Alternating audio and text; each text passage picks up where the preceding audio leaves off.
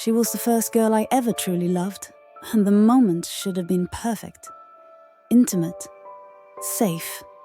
But when I gently brushed her hair back, she flinched like I'd struck her.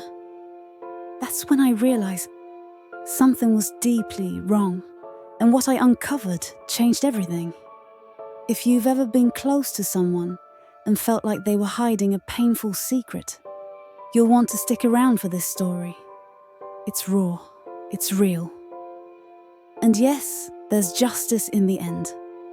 Hit that like button, subscribe for more gripping real-life stories, and let's dive in.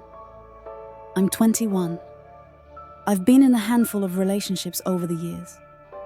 Most were shallow physical connections, fun while they lasted, but nothing that kept me up at night thinking. Until Layla. Layla was different. 19, sweet, kind of dorky in the most beautiful way.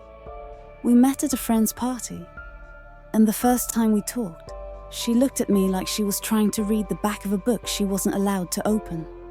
Reserved, careful, but curious.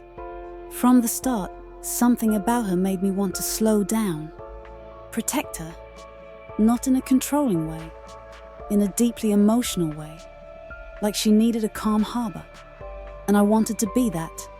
We dated for 6 months, and not once did she let things go beyond kisses and cuddles. I respected it.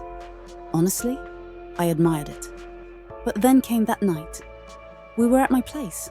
It was quiet, safe. I was playing soft music, and the conversation flowed. She said she was ready, her first time, and she wanted me to guide her, not just physically. Emotionally, I was honored, nervous, but excited. She was nervous too. Her hands trembled a little when she touched me. I kissed her slowly, told her there was no pressure, that I loved her. She smiled. Then, she knelt down in front of me gently and whispered that she wanted to start slow. She said she wanted to give me a blowjob. I gently nodded, stroked her cheek, and as I reached out to move a strand of hair from her face, she flinched violently. Her body recoiled as if I had slapped her, eyes wide, shoulders raised in defense. She looked up at me, pale and frightened, and immediately began to apologize. "I'm sorry, I thought it was a bug." "A bug?" Her body language told me otherwise. This wasn't about insects. This was muscle memory, conditioned fear. She kept saying sorry like she couldn't stop, shaking, still trying to go through with it. I stopped everything, wrapped her in a blanket, held her. She said she was fine, but she wasn't, and neither was I. In the days that followed, Layla avoided the subject like a landmine. Any time I brought up that night, even gently, she shut down. Let's just forget it. I overreacted. I was nervous. It was more than that, and I knew it. There was something she wasn't saying, something locked away. I had to know, not out of curiosity, but out of care, love. One night, we were watching a movie. She fell asleep with her head on my lap. Her backpack had fallen open beside the couch. A worn notebook sat half exposed inside. I didn't mean to read it, but something told me to. What I found inside that diary broke me. Entries from years back. Chaotic handwriting. Short bursts of horror. David came in again. I didn't move. I wanted to scream, I hate him. Why does Mom never notice? Why doesn't anyone stop him? I flinch when anyone touches me now. I think I'm broken.